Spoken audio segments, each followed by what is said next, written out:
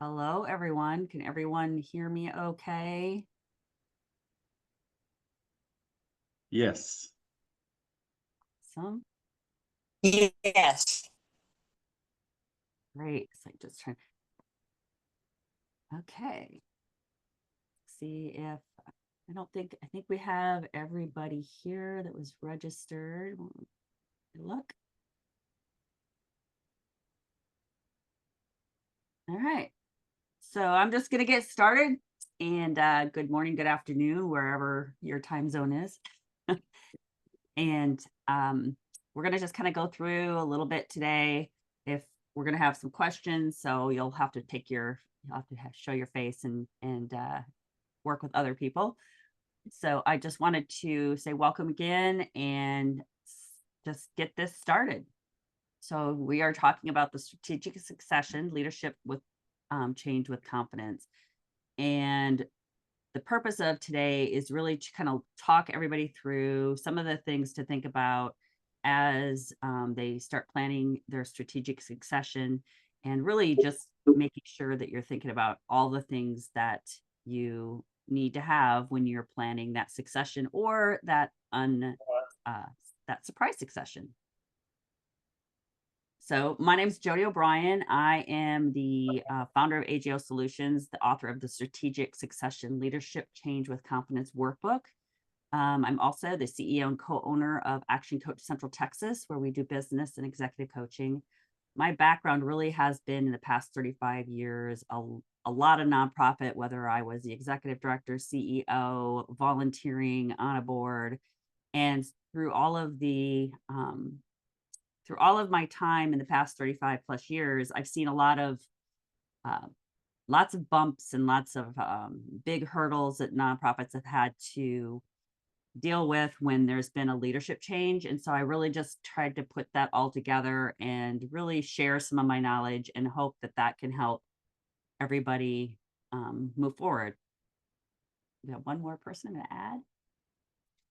So my why, I'm doing this because I really do care about nonprofits. And in my current position, I work with nonprofits, but we also work with businesses. And for me, I really believe that the impact of nonprofits are critical, just as critical as the businesses we work with, to make sure that they are successful, can grow, provide a living wage. And in the nonprofit world, I know that they fill so many of those extra holes for the employees of our clients. And so as I was thinking about all of this, and I was thinking, I've seen so many missions get drift, and I've seen so many funding sources kind of like go away because of transitions. And so that's really why I decided to put together this webinar and put together the workbook. And then, of course, I just always have to put my other why is my family, my lovely husband, children, and grandchildren. Oh, and then our two dogs that are Jeeping adventure dogs. So let's start. So why succession planning matters, right? So when you're thinking about succession planning, it really does help prevent crisis management. You can protect your mission, and it maintains stakeholders' trust. What I have found and seen so many different times is some of these areas have not been addressed early on. And so there has been, and if you're in the nonprofit world, I'm sure you've seen it with other nonprofits or your own nonprofit, where there has been some definite knowledge that hasn't quite been transferred the way it needed to be, or the board was not involved at all, or the board was overly involved. And so we really want to make sure that it really does happen in a manner, and it's planned and it's written. So why does it matter now? If you don't have any of it, then you get to start from the beginning. Some of you may have bits and pieces of your succession planning, but 73% of nonprofit executives are planning to leave their roles in the next 5 years. So whether that's your nonprofit, that's a nonprofit that you work with, you're on a board for, it's really key to know what is going on. And just, it's not saying, oh, you're going to leave, or you're going to retire, any of that. It's really just knowing that at some point we are all going to exit this lifetime, and it may be critical if you're a nonprofit leader. And of the nonprofits, fewer than 30% actually have a written succession plan. And 17% of boards actually feel prepared for a leadership transition. So that's a very low number. And then 45% of leadership transitions negatively impact donor relations. And we all know no money, no mission. So that is key as to how to make sure that you can sustain this transition and really ensure that the organization's ready and can use this as an opportunity. So the cost of poor planning. So this is what we see a lot, right? So when someone hasn't thought about it, and we had, I've seen executive directors leave all of a sudden, and the mission, you know, it's like, oh, we all know the mission. We've all had our strategic plan. We've sat in those meetings and put sticky notes, and everybody supposedly understands. But when that person leaves, they're taking a lot of knowledge in their head that they have not written down.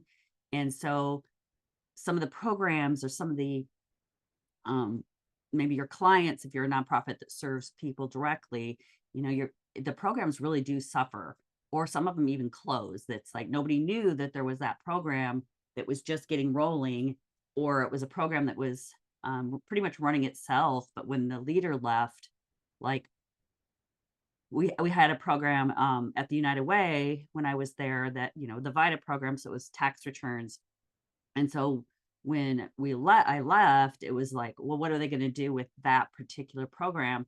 And it was a really, I'm also doing this because I've made lots of mistakes in my day, and I want to help people not make some of those mistakes. But it was really getting the volunteers and having that communication probably be more clear. So we really had some struggles with that program when there was a transition for the. And then another is the financial losses. And again, like I said, no money, no mission. And when there's a big transition or a leadership changes, you know, we find that maybe the donors are, you know, like, well, who's this and where did they go? And maybe they were really close to the previous director.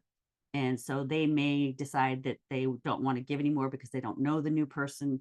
And really it was because the communication wasn't really clear. And then, of course, we all know about staff turnover. When there's uncertainty, you know, that can lead to departures. They don't know what the next person's going to be like. They don't know if they're going to have a job. All of those things that really cause stress for our team members. So right now, we're going to do a breakout question. And what I'm going to do is, I was going to do breakout rooms, but since there's not that many of us, we will just open it up. I'm going to have you take yourselves off camera. And just kind of let's just discuss what you guys would do right now if your executive director left tomorrow. So, you know, make this as casual as I want this to be more conversational. So who wants to kind of start and let me know, like, do you have a plan and what would you do if your executive director left tomorrow?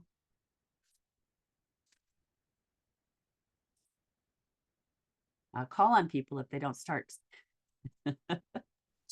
This is Tara. Tara. Hi. Yeah, well, this couldn't come at a better time, but we have recently transitioned and do have a new executive director. And I'll be quite honest with you, Jodee, as far as succession planning, and you told us just to be honest with you, I really don't know. I don't know what would happen if she had to step off or not be our executive director. The one benefit of our organization is that we are a staff of 8, and at least half of us that are on the staff have been there for 10 years or more. So there is that, you know, knowledge and history, but succession planning is definitely something that we need to be preparing for. So as of right now, we would not have a plan if our current executive director were to have to step away for any reason. And that is concerning to me. Thank you for being honest, and hopefully as we go through today, we'll have give you some like communication and some ways to kind of start that conversation. Great. How about someone else? Anyone else? Mhm. Good morning. My name's Wendy, and I am the Executive Director of United Way Calhoun County, and we are a staff of one, so it is just me. And while we do have a plan in place, it is outdated. So if I were to leave or something were to happen, we would definitely be in trouble because I'm pretty much the only one that knows everything that goes on and what it takes to run this place. So that's kind of scary. Yes, thank you. At least I mean, the fact that you have something to start with is amazing because in the staff of one, you don't usually see that. Yeah, we do. It's very outdated, but nevertheless, we do have a plan per se. How about, I'm going to call on somebody, Maureen, since I see your face up there. Hi, yes. So we are also like Wendy, a small United Way. I thought we would be the smallest, but she beat me with just one. I'm the executive director here. So, but I have another staff person that works 32 hours a week. She's been here probably about 4 years now. And then we have another person that's grant funded, but she doesn't really work in the office too much. So our other staff person is very knowledgeable, but mostly on her role. So as far as a lot of the things that I do, and then just thinking about some of the little, like logging into our bank account, it's two-factor authentication. And so it's going to text me a code and it's texting me the code because it's tied to my phone number. So just things like that. In full disclosure, we do not have a succession plan, but I do have it on the agenda for our executive committee. They meet quarterly. So when they meet in August, I have it on there to talk about because it was, and Wendy will know what I'm talking about, but it was United Way Worldwide has this thing, and Jodee, you probably know this too. I knew I recognized your name from somewhere. But database 2 is a report that we have to turn in for United Way Worldwide, and it was asking about our succession plan. And so, as I'm filling that out, I'm luckily able to check a lot of boxes. And then that's one where I was like, oh, we need to do that. So like I said, I really have it on the agenda for the executive committee to discuss, but we do not have a good plan in place at this time. And thank you. And again, hopefully, through today and through some of the conversations will help you guys start kind of moving that forward. I'm gonna call on is it Justine. I gotta put my glasses on. Hey, good morning. Good morning. So again, I think, this has come at a good time. We are currently in the process of our succession plan. Our executive director is in the process of transitioning. And so, this kind of gave us a good opportunity as we're going through the process to kind of figure out what we're doing, is it working well, and different things that we can do to kind of fill the gap. Awesome. Thank you. Anyone else before we move on that we'll start talking about, so you're all going to have to come off and start talking at some point. So anyone else want to share before we move on to just kind of discussing it amongst ourselves after we've heard everybody's? All right. So let's reflect on what you all just said. So we were talking about, who's going to step in. And I think that that's something that as you're looking at your succession plan and you're planning this, kind of having that idea of who's going to step in. Do you have somebody that's a designated interim leader? And I know a lot of times you'll see a board member be that person and we all know that's it's great and it's exciting that the board wants to stay involved, but the question will be, do they have the time, because they are not volunteers, do they really have the time to do all the things necessary? So really kind of identifying who that could be and having kind of a backup plan before you even get the succession plan in paper, just kind of being like, okay, who can really be that person that we can make sure that they can get the knowledge and have as much information as possible so that it can move a little slower or smoother and slow it down a little bit so you don't feel like you have to hire someone immediately. The documentation, again, like you were talking about your passwords and online bank accounts, I have seen that kind of goes with documentation and the access issues together. I have seen again where I've been on a board where the executive director left and everything was tied to her personal email. And so it was just a nightmare to try to get all of the passwords and things changed and the bank accounts. And I've also, my favorite story though is, I won't say which organization, but it was an organization that the executive director had been let go. The board, had changed a lot, and the new person coming in was looking at through all the bank accounts and through all the things and trying to get everything together and find all the information. And there was a CD for probably, I think it was like over $100,000 that had been sitting with the previous executive director's name on it and a board member that had been gone for 5 years. So that was really, it was a lot of work. It was painful. It got resolved, but again, it's those little things that you really need to think about, because again, as executive director, as a board member, it's in your head a lot, and you may have sticky notes, you may have notes, but really putting that together in a plan. And the other is donor relationships. Are they documented? Do you know who your biggest donors are? And do you know who is tied to the executive director? Do you know who's tied to certain board members? So you can make sure that you can nurture and bring that relationship up to the level of they're comfortable and confident in the organization as an organization. So does anybody want to share any pieces of this, or like we were talking about, you don't have a succession plan, or you do, or you have, you don't have a big staff. Have you seen any of this, or do any of you have any of this information currently somewhere that is in a plan? Hey, Jodee, this is Felix Chavez, board president of the Huddle Resource Center, and Justine and Griffith and I, she's the VP and I'm the president, and we're both going through this process. Unfortunately, we have not had a lot of documentation. You talked about a lot of key phrases here. That information went with prior presidents and prior directors, and we've had a director in this position for about 1.5 years, and we lost our prior director about 1.5 years ago, and we've transitioned quite a bit. So Justine has been really creative in coming up with a lot of the terminology that we're talking about here. The difficult part is keeping it in a Google Drive. Is there any other method of being able to stay in front of our board to give them this information as quickly as possible, where everyone shares this information? Of course, some of it is information that can't be shared with everybody, but I just don't think Google Drive is the best option. What are your suggestions? I think Google Drive is good. I think it just depends on making sure that the board has a transition team, so to speak, or you have like a group that's a committee that's what they're responsible for. And when you do transfers of knowledge, whether that be board chairs or executive directors, they all have access to that document.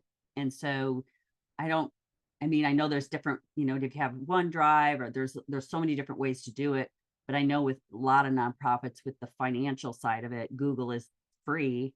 And so really trying to keep maybe a secure Google document that only gets accessed, and the password can change according, depending on who's doing it, but really making sure that it's who is in charge. So if it's the chair or president of the board, then as your responsibility and in your job description, you are the keeper of the passwords until you pass it on to the next chair.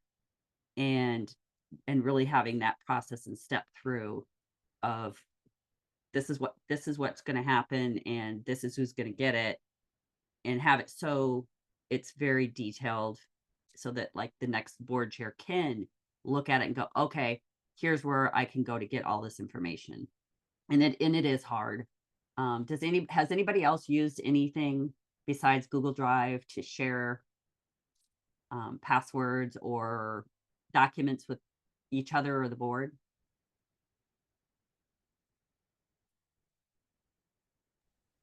We use Microsoft OneDrive, and then we have a board portal. But to your if I can just step to kind of what you were saying earlier and share a little story, we had a nonprofit. It wasn't us, but another nonprofit in our area that had their executive director had been there for 100 years, not literally, but a very long time, and she left for surgery, and it took a lot longer for her to come back than planned, and the staff wasn't getting paid. They did not know who signed on the bank accounts. It was really kind of a hot mess. And so I think just having some good plans in place, like for our organization, every year we update the signers on our bank accounts, and we have at least 4 people signing on those. So I think that's really important for multiple reasons. As a nonprofit, you need to have coverage on that. So I think that's something else that's helpful. And because it's kind of annoying to have to update those papers every year, but it also keeps it fresh so that they'll know, oh, well, I think I sign on that account, or so-and-so signs on that account. And the way that our organization is structured, it's going to always be the board treasurer, the first vice chair, the second vice chair, and the CEO. So you even if you can't remember exactly who it is, you know what the roles are, and that's written in our bylaws. So we try to have, even though we don't have an actual succession plan done, we have a lot of information in our bylaws. And then we have a personnel manual to tell us how to, conduct, operations with staff and things like that. And then for a lot of the events that we have a lot of checklists that we use every year, and we're constantly updating those. So it's not really going to be the detail that you need, but it'll at least give you kind of a high level picture of what you need to do for that specific task and event. I love that. And I think one key thing that you said was that it's by role and not name. And we say that with our businesses, we say it with nonprofits. The organizational chart should be roles and not names, because then that way you can put the names in and go, oh, the CEO has like 20 different roles because her name's in different places. But always keeping it to the role and not the person is key.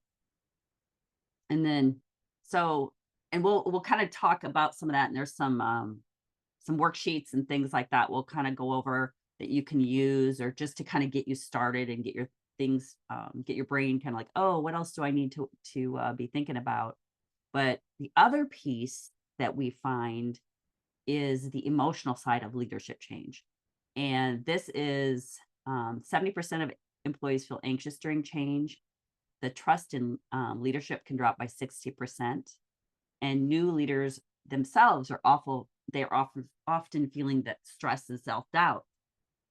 And so as you think about that, I know when we did the merge with United Way for Greater Austin, the team was stressed, because even the Austin's team was stressed because they didn't know what it was going to look like. Our team was stressed. So we really had to address those issues and have those conversations with the team. And that's going to look different than with your donors or with your sponsors and all of the people that you are working with. And one way to address this, the emotional side, is really acknowledging and validating their reactions. You may feel that they're being, silly, or, it's like, oh, it's not that big of a deal. You're an admin who's part-time, or you're a volunteer, you're only here once a month. But really having those conversations, because they do have those feelings, and it's okay. And so we want to make sure we're communicating to them often and clearly, and really sharing. It's not that you have to tell them the down and dirty, but you really need to let them know as much as you possibly can, so that they can feel comfortable and start being like, okay, I'm going to be okay. We're going to be okay. And then also provide support, whether that's, having groups, depending on how big your organization is. I know some of the smaller ones, some of that may just be having them be able to talk to each other, or having maybe a one-to-one with you or a board member, or whatever that could look like, that they need for support in whatever if they're worried about their job, or if they're worried that this person is not going to like them. Or it was so funny. When I took one of my positions I took, the staff was so stressed. The first thing they asked me is, are we still going to have birthday lunches? I mean, so those are the things that, it's like you don't think about. And it's like, oh, well, of course. Well, they just assumed that I was going to come in and be a tyrant, which I can be. So it was, so it's really like thinking through and thinking about who's actually, especially when we have so many volunteers, they're part of the team. and you want to make sure that they're being communicated to, and we're addressing their emotional side as well. And then also just, build in time for that adjustment. So when it's actually happening, know that that staff member or might take a little longer to come on board, and letting the new leader give them time to adjust as well, because they're starting to get to know everybody and figure out and get the lay of the land, and hopefully there's a great succession plan and there's plenty of documentation, so then they can focus on what's important. They can focus on the mission and the vision and donors. And because again, I can say this like 20 times through this presentation: no money, no mission. So it's really vital that you start thinking about the team members, the volunteers, the donors, and that emotional side of how it's going to affect them. And then we talk about the different types of transitions. So you have like the sudden departure, where somebody was resigned, or they, like you said, they had surgery. Well, what if they couldn't come back? And everybody was planning on everybody coming back. So you have this, all of a sudden it's like, oh no, what are we going to do?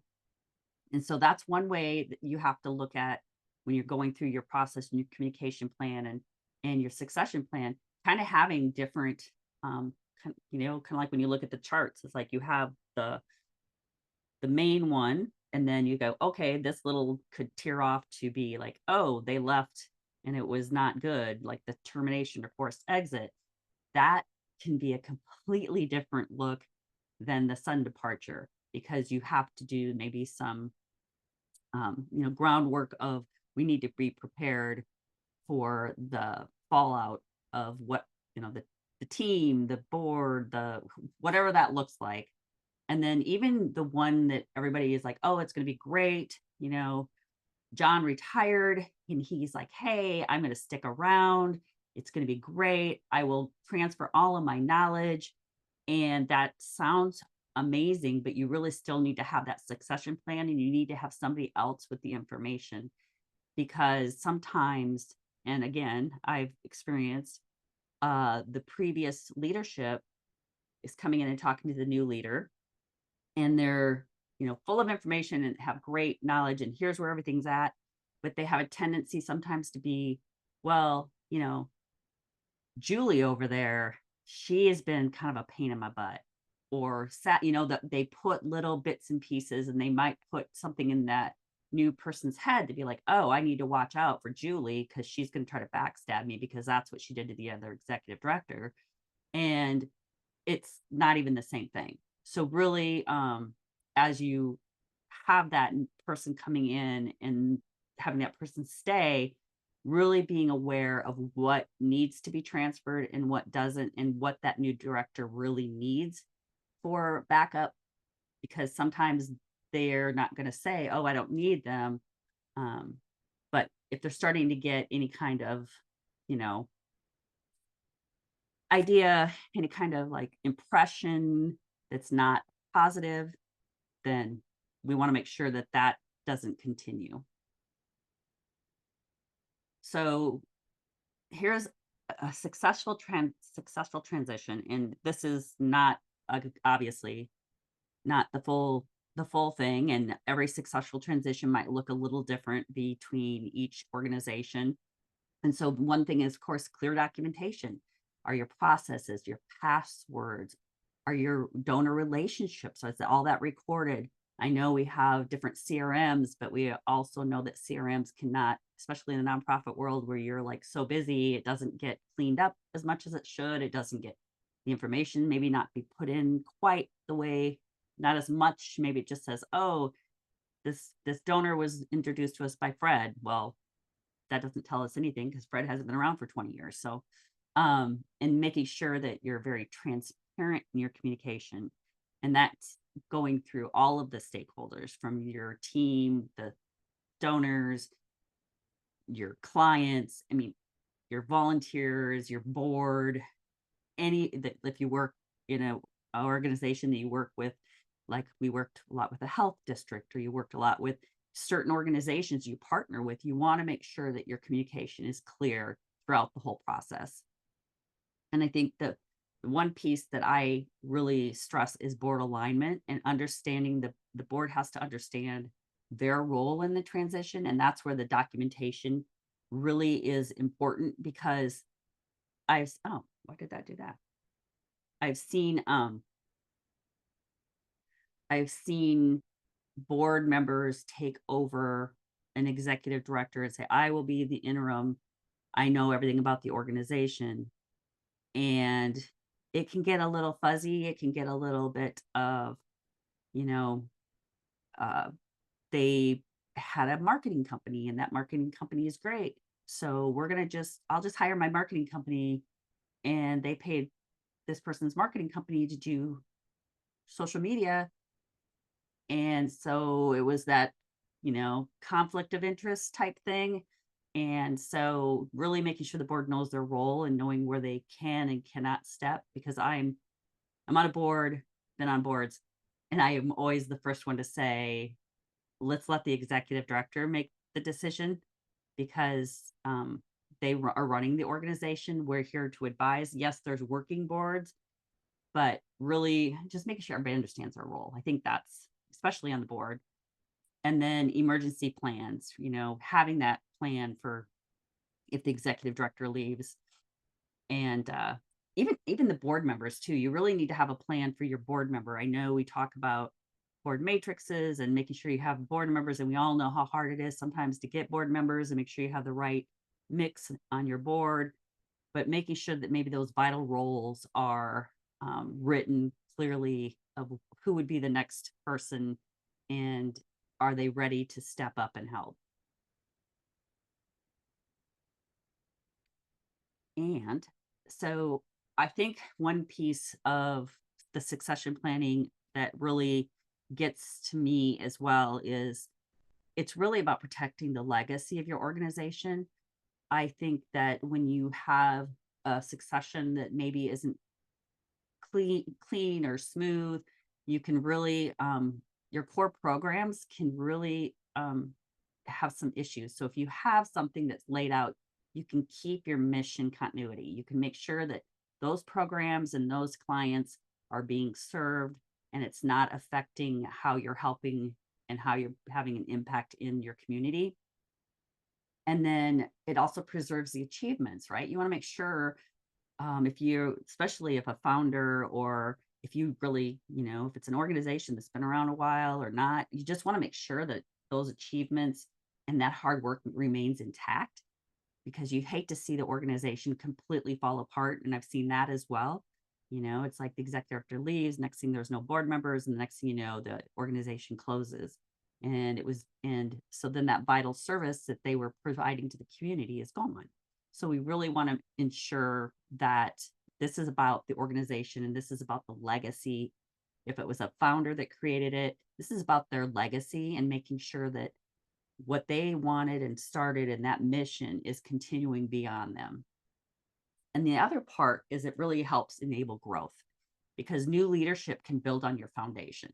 New leadership can actually be an amazing opportunity for you to look at the organization and be able to say, maybe we need to shift this or do that, and really looking at your strategic plan and knowing what areas you could really, like maybe your executive director has been there and they're amazing and they're great with the donors and they're wonderful, but right now that some of the programming, there's some issues with some of that, or it need to have more impact. So when you're looking at your new leader, you might be able to say, okay, we need this, but this is a really strong organization now, and we have great backup. So how can we find that person that can really help our organization grow? And then there's the pitfalls, right? These are the things that, the fire, right? It's like crisis only. Somebody left and now you guys are scrambling. You don't know who's going to do what. Everybody's trying to take on a role. The board's like so stressed because of course, again, they have jobs. And so we're just patching holes. We're just going through, and boards can make some really poor decisions. It can really affect the organization's mission and vision. And then the board exclusion, it could be that you just don't include the board at all in your succession planning, and that would be not a valuable thing to do, because you need that board, you need that, they're the oversight, they're legally responsible for the organization. So you want to make sure that they're included. And again, that goes back to, and have their roles be very, very clear in the transition of what they're going to be. If they are the, search committee, if they're the executive committee, or, however that looks in your organization, you just want to make sure that it's also very clear and documented. And then for documentation, again, this is, like you said, Maureen. Yeah, this is great, but I have no idea where the passwords are. I have no idea where the bank accounts are, or all of those things, or especially if you are part of a larger organization like United Way, that database too. It's like somebody comes in and they've never been around the United Way. The board doesn't really have much knowing about it, and it's like all of a sudden it's like crap. It's like, that'd have been nice to know a little bit of documentation on this thing that's required every year or every 2 years or whatever it looks like for your organization. And so just being very clear. And I think having more than one person know where that documentation's at, like you said, the executive director, obviously, but then as the board chair, the treasurer, and the vice chair. That's really the best way to make sure that you don't have that pitfall. And so, and like I said, this is, I put in a long time for the webinar today because I wasn't sure exactly how it was going to go, how many people were going to be here. And so I really wanted to be able to have conversations and answer some questions at the end. But the first thing I want you all to do and write down is you need to start having a conversation. You need to bring in your board and your executive director, and you need to start asking these questions. You need to look for the vulnerabilities of your organization. What would be the biggest struggle if somebody left? And really thinking through and walking through that like it actually happened. And so, like, if oh my gosh, if something happened to me tomorrow, who would know where to find how to, like you said, payroll. Like, we've seen payroll not get paid. We've seen insurance not get paid. I mean, all of the things, because nobody had all the logins and nobody knew that there was all the payroll, especially when you're talking about some of those smaller organizations where that one person is in charge, and they're great and they're doing their thing and they're amazing, and they have they have the ability to run the organization, so the board doesn't really have to think about it. But if they're gone, who else can take that on? And so that goes back to developing your roadmap.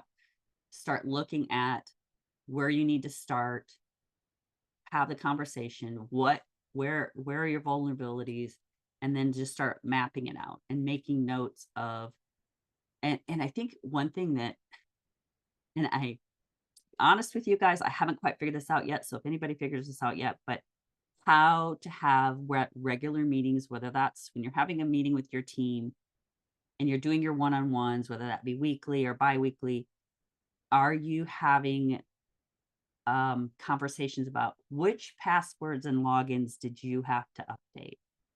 And can we make sure that this is all in one place? Because I know for me as well, I changed my password, I put it on a sticky note, I'm in the middle of something, and I might put it into my notes, but really to make sure that there's a document that has the keeper of all passwords, or at least all ways to log in.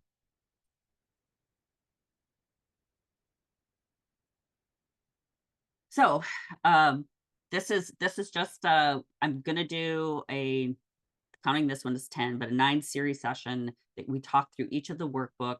And if you're interested in being a part of this, and this is my kind of my slower version, we're just going to go once a month until March. We're going to go through the whole workbook. We're going to help you walk and build your plan. And normally it's $12.97. For today, it's $9.97. So if you're interested, scan. We'll talk later. It's okay. Have have to share because this is really so important to nonprofits. Or like today, this is the workbook that I have created, and it's 87 pages or something like that.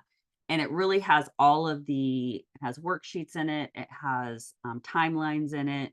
It has lots, just the good questions to ask. It has breakout questions to ask.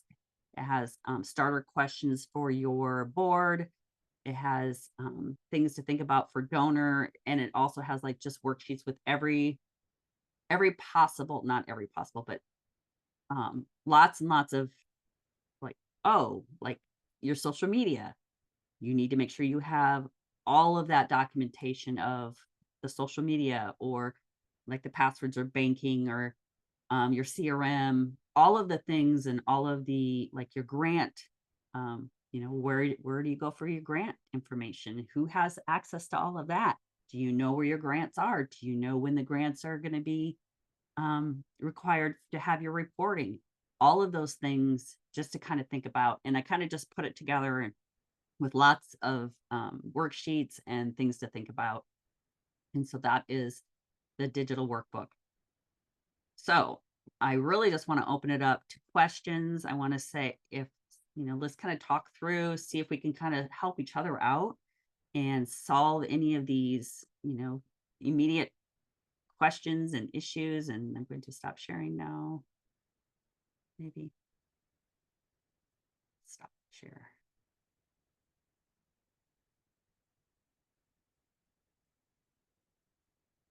Okay, maybe I'm not stopping the share. It's being weird. Anyway, so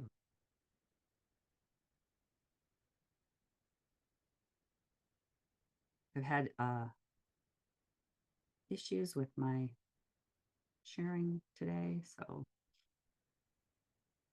let's open it up. I'm just gonna forget why that's doing that, and let's questions, thoughts, help, anything you can think of for others that might be beneficial that you've gone through and you've figured it out, because that's really the best way is to really having that core group of saying, okay, I'm trying to figure this out. Help me here. And I'm trying. I don't know what's going on. Can you all hear me okay still? Yeah, Jodee, this is Felix again. We're in the process of really working through our board. We've also had a lot of change in our board.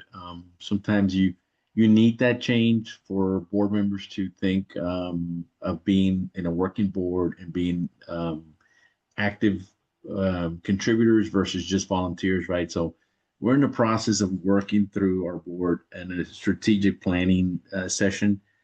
And of course, it's a little tougher to do in the summer months because everyone's on vacation and stuff. But once we're able to sit down with our board, what are, besides this conversation that we're having here, right, which is incredibly useful, is there anything else that you would suggest that we really discuss in those sessions?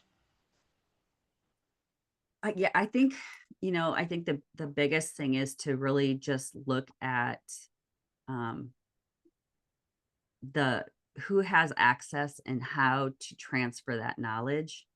And in your planning, it a lot of times we just assume that it's going to be the same person, but really, and you're doing the planning, make sure you're doing it by role and by program, and not by the person who is doing that. So if somebody's the program person or like the executive director and they're in charge of certain things, making sure you're doing it by role. But I think it's just asking the tough questions and really making sure everybody knows where everything's at, especially during your transition. And it's like, you want to make sure that, what are the bank accounts? What are the grants? What is our CRM? What is our social media passwords?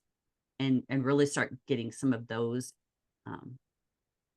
in writing and in a document that's shareable. Does that help? Yes, thank you.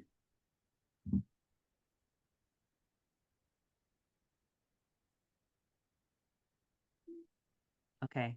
Questions, thoughts? Who has a great idea for the, we talked a little bit about the Google Drive or the OneDrive.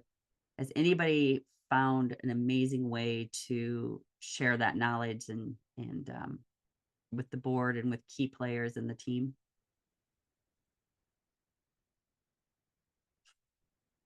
We're going to solve that issue and we're going to make millions, right, guys? How about the other thing that I really didn't talk about is, we talked a little bit about having that person or having an idea of who the interim would be. And I think some of that could be making sure that you have, whether it's a team member or a volunteer, that you can help professionally develop and make sure that they have the ability to take on some of those responsibilities if the executive director left, and kind of giving them the knowledge, but also the support to be able to lead up and take that person and really let them learn some of the things behind the scenes, some of the things that's all in your head. I worked with impact director who was amazing. I knew that she could be the CEO. I always say, if whoever was working with me, or I was like, you want my job. I want you to want my job, and I want you to want to know some more of the knowledge. So those who actually show interest, making sure that they are really ready and they have the, it's like, hey, you need to come to this workshop, or you need to come to this conference, because you want them to be able to take your job. Maybe you're not leaving for 5, 10, 20 years, but having that person that has the ability to take over without causing a lot of that stress and vulnerabilities that we can see a nonprofit have. Do any of you have anybody that you're like, oh, if I left tomorrow, or if my director left tomorrow, I have a person in mind that I think could possibly be that next, at least interim? Jodee, it's me, Tara. I definitely do. We have a couple people in mind. But I had a quick question going back to, in your experience, when you've had executive directors transition out, are there all different types of scenarios, which I'm sure there are, and what would be ideal? Is it the previous executive director to stay on to help facilitate that new executive director, or at least be there to help with that transition? Do you see all different types of ways on how that looks, and would you recommend that kind of situation? And any feedback to that? Yeah, I think when it comes to having the previous executive director stay on, there is some benefits to having them have some overlap. I think the key question would be also knowing that the person that you're hiring, what their style is and what their learning is, and then looking to see if it's a good match, because that new executive director may be way different, because the organization needs other things. And so being able to document and have them be there if it's needed is good. Maybe like where things are in the office, or physically where some things are at, but and transfer of knowledge to a way. But hopefully the goal would be to have all of that in a document, so that the new person wouldn't have to necessarily interact with the. Sure, that makes sense. Yeah, I mean, it's not that, it's like some people really like that. Like there's some executive directors coming in and they really like to be able to have that conversation and learn from the previous executive director. And then there's those who are coming in, like when I would come into an organization, I am more of a transition and kind of like a fixer. And so I usually would be brought in if there were things that really needed to be changed. And so for me, it was like, I didn't want to have the personal contact unless I needed to reach out.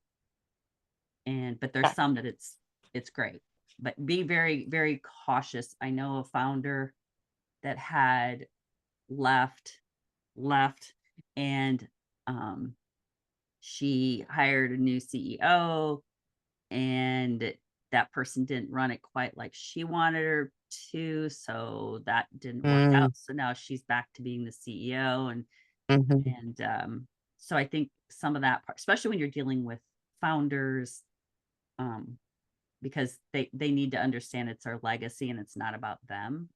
But Right. Perfect. Thank you so much, Jodee. That was very helpful. thank you.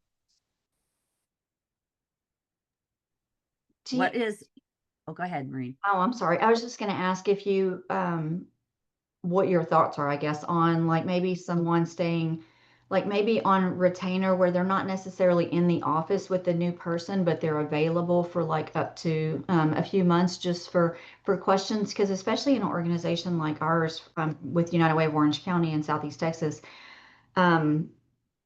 what I do on Monday, I'd never do again. I mean, like so many things, like it's either a one-time thing or it's a once-a-year thing or it's quarterly. There's just so many different things that come up. Mhm. And I mean, I try to have good notes and good documentation on things, but we just honestly don't have time to get super detailed on that documentation. And so, if something were to happen, have you had any experience with retainers where they're kind of just more available for consultation and questions? Do you recommend that or not? Or what's your thoughts?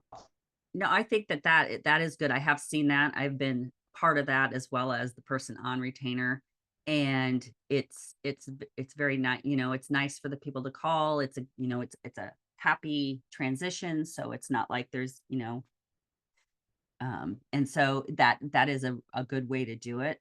I think one thing that I've seen, and I believe, in my opinion, is sometimes you need to have that person that comes in as the interim that can be totally focused on the mission and the donors and really the relationships, and then hiring somebody to come in and do all of the down and dirty, like let's look at all of the things that need to be updated, because that doesn't have anything to do with the mission. So all of that documentation.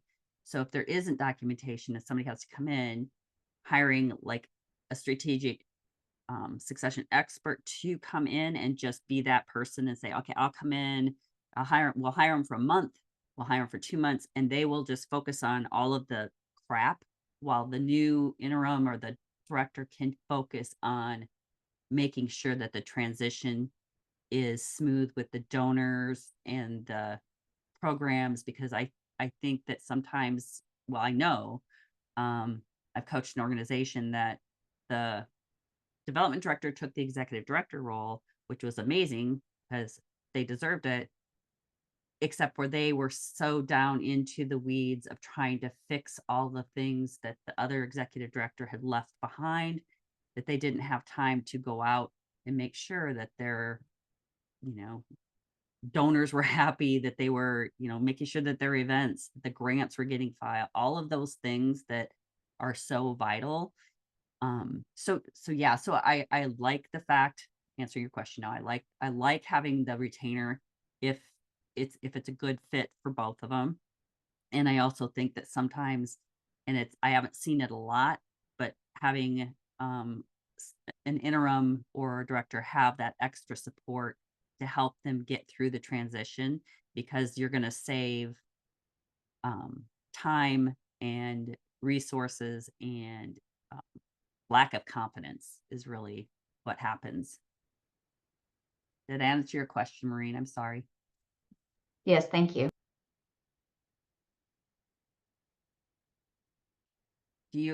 Does anyone have any thoughts on donors and CRMs, and has anyone seen a great way to transition your CRM to be like, because I know that it seems like a new director will come in and then they might want to change your CRM, or it's like, oh, this one's better or this one's better.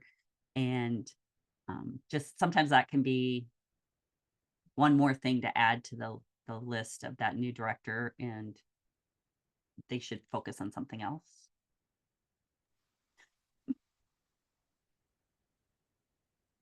This is Tara again. We have been using the same CRM system for, I think, believe since like 2000 and maybe 8. It was Black Body Tapestry, and so um, we decided to migrate. And I will tell you, it is a huge, it's a huge process, and it's a lot of work, and it's so critical on how you put in the information, like you mentioned, Jody. And if it's not done accurately, can't pull right reports. But we switched over out a lot of due diligence of research, went with Better Unite, which is founded here in Austin. Um, really having that be our one-stop shop for everything, events and so forth, instead of piecemealing things, which was we were doing, and we thought it would just save us work. But it's been a process, because nothing ever gets computed over correctly. And although we do have an operations manager, we all have so much bandwidth, and I see through Better Unite still some things that need to be updated. But the one thing is that if you really invest in a CRM system like Better Unite, and your operating budget is a little bit under $1 million, which is ours is, it's quite expensive. But and so I may get some arguments, well, we need to find a better solution. And so I would always argue on development director, and that it's such a critical housing area, and that and so I don't know if anyone else uses other CRMs. I'd love to know. But it is really expensive. But we have really sunken in now. We're almost a year into Better Unite, and we love it. It's a great CRM tool. And it just the costs, though, or with all of it, can be expensive. But luckily, we integrated that before our executive director came in, and so it's been a relatively good process with that transition. But I'm always wanting to learn about CRMs, because they can be such a benefit to the organization for so many reasons. Awesome.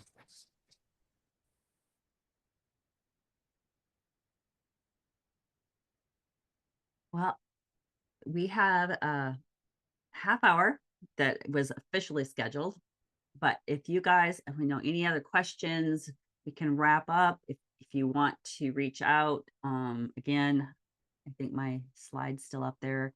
There's my information. You can reach out anytime, shoot me an email, give me a call. Let's chat. If there's anything that comes up, you have questions. I really, truly believe in how our nonprofits impact our communities. And I take to heart when there's a bad transition, because I see so many good transitions, but I've also seen a lot of bad, and it's just hard. It's hard, and it's hard for you guys as a 1-person or 2-people team. And anything I can do to help you or provide you documents, data to get you to the next step, I'm here for you.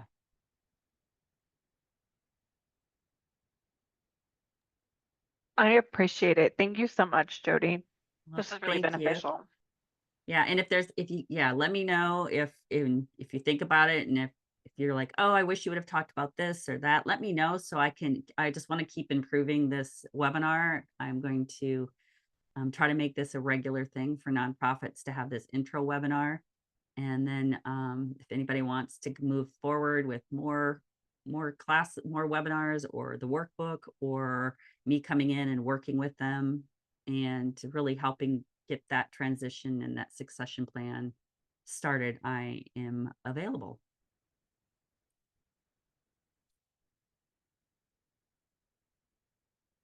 All right. Well, have an amazing Thursday. It's Thursday. Woohoo!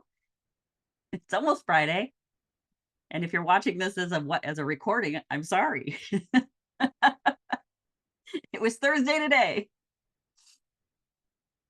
Have a great day, everybody. And I look forward to hearing from you and letting me know how it goes with any of your transitions. Thank you, Jody. Bye, guys.